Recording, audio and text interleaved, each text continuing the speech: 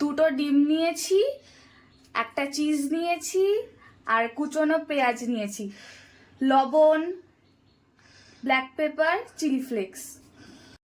আজকে cheese omelette বানিয়ে দেখাবো। কড়াইতে তেল দিলাম, বাটিতে একটু লবণ দিলাম, এবার ব্ল্যাক পেপার দিলাম, একটু চিলি ফ্লেক্স দিলাম। এবার ডিমটাকে ফাটিয়ে নেব।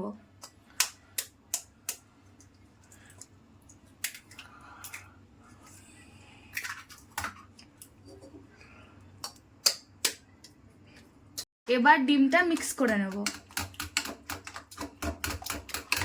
তেলটা গরম হয়ে গেছে, এবার ফ্রাইং প্যানে ডিমটা ঢেলে দেব।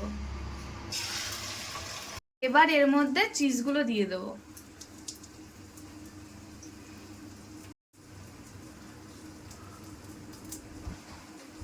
এবার অমলেটটাকে ফোল্ড করে নেব।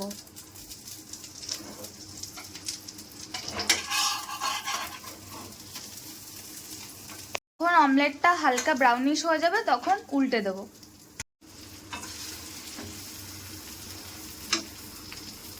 চিজ অমলেট আমাদের ডান, এবার আমরা তুলে নেব। চিজ অমলেট রেডি, এবার একটু কেটে দেখাচ্ছি।